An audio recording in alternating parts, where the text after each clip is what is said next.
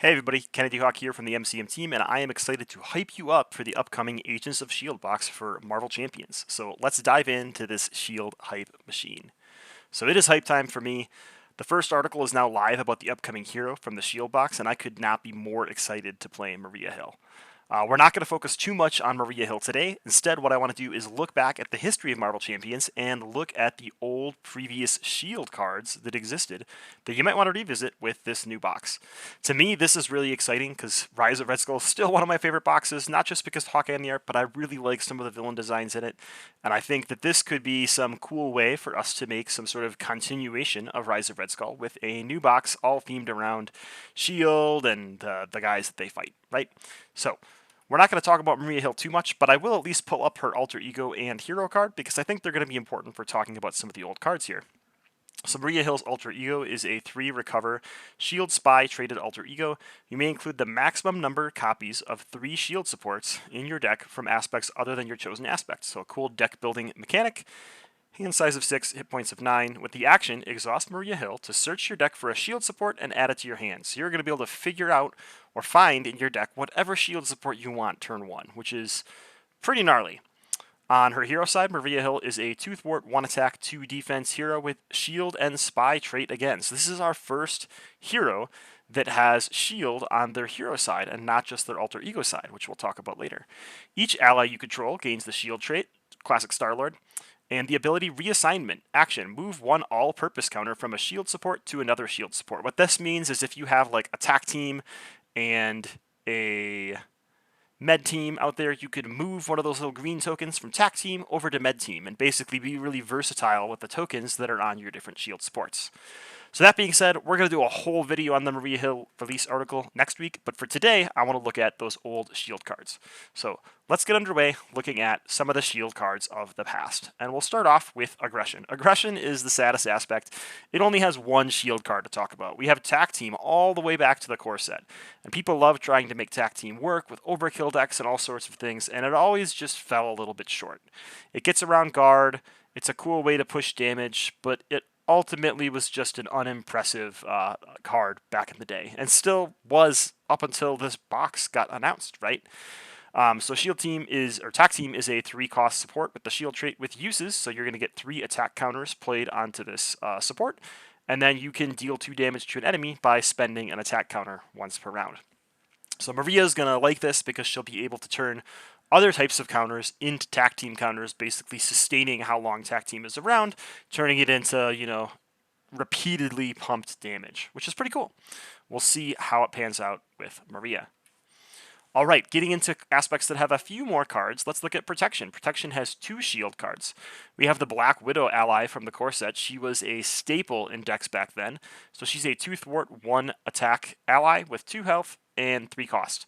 S.H.I.E.L.D. and Spy traded interrupt. When a card is revealed from the encounter deck, exhaust Black Widow and spend a mental resource to cancel its effects and reveal a new encounter card. There were a lot of people that didn't like this because they didn't like getting the new encounter card, but this ability is still one of the strongest ones in the game. It's an ally that can stick on the board that's different than what you want to do with most allies and provides constant support for your team. Now, you don't want to use this if there's advances in the deck and an advance would cause you to lose, but you do want to use this when the card you drew would cause you to lose anyway, so at least give yourself a chance to extend the game. We've got Med Team, which is the healing equivalent of TAC Team, a 3-cost support with the S.H.I.E.L.D. trait. Here you get 3 medical counters. You can spend a medical counter to heal 2 damage from a friendly character. I think when the core set was out of the 3 S.H.I.E.L.D. supports in the aspects that had uses counters, this was the most exciting because it meant you could turn your resources into a lot of attack or thwart by healing allies and keeping them around, or by making yourself not have to flip down by healing yourself to avoid alter ego. I think Med Team is still super strong and is a good contender for Maria Hill. All right, we're going to have 2 pages for the Justice cards because there are so many Justice cards to talk about that interact with the S.H.I.E.L.D. trait. First, we have Global Logistics and Homeland Intervention, 2 0-cost events. So the first one, Global Logistics, is action. Exhaust 1 S.H.I.E.L.D. card you control. Look at the top 4 cards of a player's deck or the encounter deck. Discard any number of those cards and put the others on top and or bottom of that deck in any order. This card's pretty awesome. A lot of people use this in solo to look at the top of the villain deck and sort of know what the boost card is going to be, what your encounter card is going to be for the next 2 turns. That in itself is amazing. I've recently found that this can also be very powerful in hero decks for cycling through your deck faster when you're trying to set up and get things on the board. You can basically look at the top four, get rid of 3 cards you didn't want, and pick the 1 card you did want and put it back on top of your deck. Not always super relevant, but can be super relevant. There's also lots of players that like knowing what's on top of their deck and combos that like knowing what's on top of their deck. So you could use Global Logistics with Hulk in a Spider-Woman deck and things like that. More excitingly to me is Homeland Intervention. This is action exhaust up to 3 shield cards you control and choose a scheme. Remove 2 threat from that scheme for each card exhausted this way. That means that you can remove 6 threat from a scheme for 0 cost just by blah blah blah blah blah blah exhausting 3 shield cards. So if your attack team is down to 1 resource or 1 counter, or your med team, or whatever, your alter ego, right? Maria Hill in alter ego or hero form, you can add them onto this Homeland Intervention, remove some threat, and it doesn't even count as a thwart, so it gets around Confuse and all sorts of other nastiness. Pretty sweet, and I like it. Note, it does not get around Crisis. Crisis prevents threat from being removed from the main scheme, but it does get around Patrol, which prevents you from thwarting the main scheme. So, pretty cool. We've got 2 more supports here. We've got Surveillance Team, which is a 2-cost Justice support.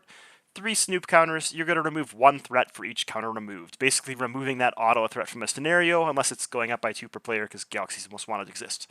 Pretty good card, pretty cool card. Wasn't as exciting in the core set, but with one of the allies we see on the next page, became a lot more exciting.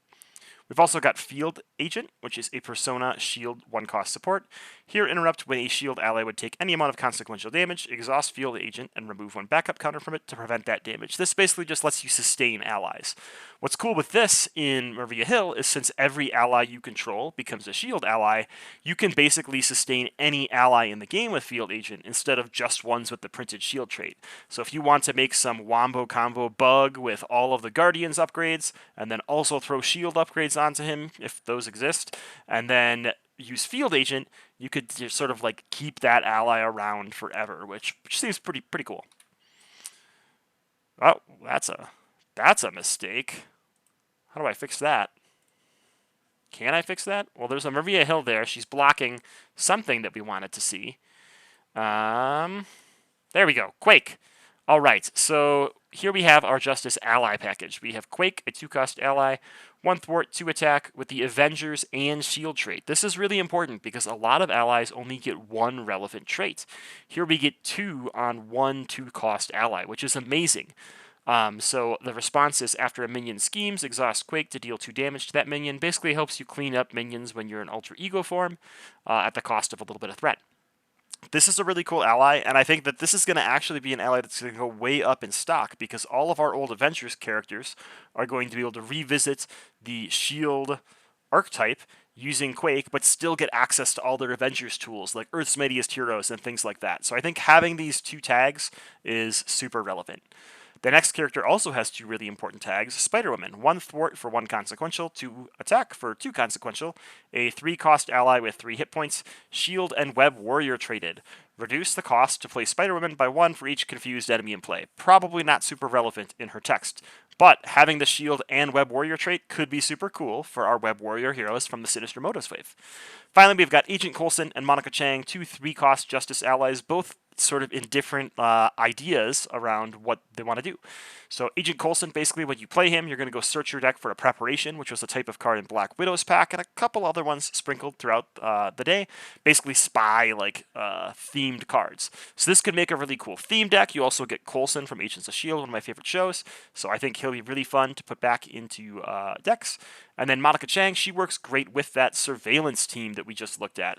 So Surveillance Team had 3 Snoop counters. When you play Monica Chang, you get to search your deck, hand, and discard pile for a copy of Surveillance Team, put it into play, and place 1 Snoop counter on each copy of Surveillance Team out there, basically like creating this perpetual amount of counters that Maria can manipulate. I think she's also going to make a really fun deck, but maybe a different one than you would make with Coulson. All right, on to everybody's favorite aspect, leadership. Here we've got staple, Maria Hill. Everybody draws a card. Who's not going to love that? Maria Hill isn't because she can't play it because uniqueness rule. But everybody else will unless someone's playing Maria Hill. Next we have Command Team, which is a 2-cost support with 3 uses. This is basically like sort of what the other aspects got in the core set with a uses support, and you basically remove one counter from it to ready an ally. So it's a bunch of get readies on a stick. Get ready's a 0 cost card that's a event. So you're basically paying the same amount of cards to get command team out, but you get to choose when to use them, which is pretty cool. We've got R&D Facility, which is a support with the requirement that you play 2 mental resources. Good thing there's a ton of mental resources in the shield trait. Hero action, exhaust R&D Facility and remove 1 research counter from it. Choose a friendly character in play. That character gets +1 thwart and +1 attack until the end of the phase. A great way to boost your shield allies. Finally, we have the Triskelion from the core set. Just a great all-around support that increases your ally limit by 1 at the cost of 1 resource. Alright, next let's go through the basic cards that exist, and then we'll quickly rapid fire go through the heroes that exist, and I'll give you a thumbs up or thumbs down if I'm excited to play them with any new shield cards we get. So first we have a 3-cost support, Sky Destroyer. Shield and vehicle traded. Response, after you play a shield card, exhaust Sky Destroyer, that counts Sky Destroyer itself, to deal 2 damage to an enemy. This is going to be great for Maria and any other shield traded cards because you're just going to get passive damage for playing things that you want to play within your tribal aspect. Government Liaison, a cost reducer for shield cards.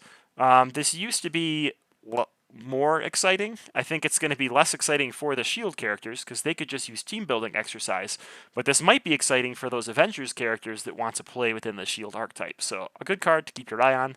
And then we have Helicarrier, classic cost reducer from the core set.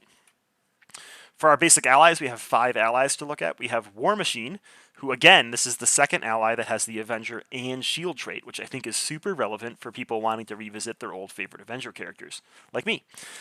He has toughness, and his basic attacks gain ranged. We have Nick Fury and Mockingbird from the core set. Nick Fury basically says, draw a bunch of cards and block for me, and Mockingbird says, stun and then block for me. Both really good allies that used to be staples in deck that have kind of fallen out of favor for things like Professor X and some of the mutant packages, but it'll be exciting to see decks that want to include them more once we get more of these shield support-like cards that we saw in the Maria article. We have Dum Dum Dugan, interrupt when you use one of Dum Dum Dugan's basic powers, exhaust up to 3 shield cards you control. For each card exhausted this way, he's going to get +1 power for that use. He could be great with the field agent to reduce his consequential damage and just becomes a bomb on the board every time he swings. And then we have Agent 13. This is probably the card I'm most excited to play around with. 4-cost ally in basic. 2 thwart for 1 consequential, 1 attack for 1 consequential. After Agent 13 attacks or thwarts, choose a shield support and ready that support. So that's awesome. You could get 4 extra readies of a support or 3 extra readies of a support and a block, both which seem super valuable. All right, let's rapid fire go through the heroes. So if you want to play the shield archetype with some of your old favorite Avengers, we've got Steve Rogers, who's shield traded in alter ego form, who comes with a different version of Agent 13 as his signature ally. We've got Carol Danvers, who again has the shield trait in alter ego form with the awesome ability to draw a card, and her signature support is shield traded, which is also really neat. We've got Iron Man, who has no shield tag himself as a hero, but his ally War Machine does. This is probably a thumbs down one. War Machine was always a bad ally. He's still a bad ally, and I don't think that gets better with more of this shield nonsense. Maybe you could try doing something with Field Agent to reduce his consequential damage to let him keep doing AoE and healing him or something, but it's questionable. We've got the best hero ever, Hawkeye. Clint Barton has the shield trait in alter ego form, and then his ally has, this is the 3rd ally now that has, is it the 3rd? Oh no, yeah, War Machine and Agent 13 do not have the Avenger tag. So this is the 3rd ally with the Avenger and shield trait. Hint, hint, guess what deck I'll be making when this set comes out. Mockingbird, great for defending for Hawkeye. Real sad when she gets stolen by your Nemesis set. War Machine, a hero that I think people are really excited to check out with this new wave. He has the shield trait in alter ego form. He has the soldier trait, which is another trait that got some support in the X-Force wave. And his signature support is really interesting. It's a card people build around to get a bunch of ammo counters and sort of build his economy. So I'm excited to see how that works out. Now keep in mind, Maria won't be able to fish this out because she has to fish one out from her current deck. But if we get other cards that interact with shield, this could be a cool way to go.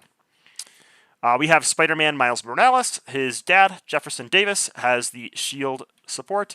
Probably another one where, Miles is fun. He's going to be great and sustainable either way. I don't know if you're going to wombo combo around Jefferson Davis just with the shield tag, but I'd be excited to see if somebody does. Finally, we have Black Widow, Natasha Romanoff. She has the shield trait in Alter Ego form. People love to play her in Alter Ego crazy decks. And her signature support also has a location tag and the shield tag. So lots of shield traded cards in the past, and they may have just been stealthily hiding in your collection.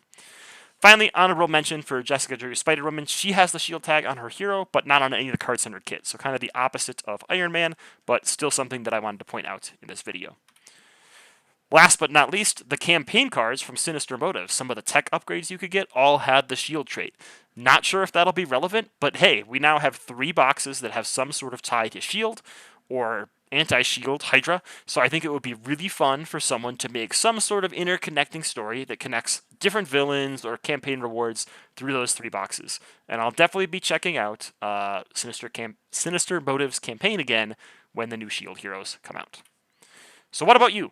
What are you excited about to get back to with the new S.H.I.E.L.D. archetype? Are you excited to revisit those cards from the Sinister Motives waves when we got that big influx in the Justice aspect? Are you more excited to visit old heroes like Avengers with the new S.H.I.E.L.D. archetype? Or what is your plan? Let us know in the comments below. We'll be back next week with another video.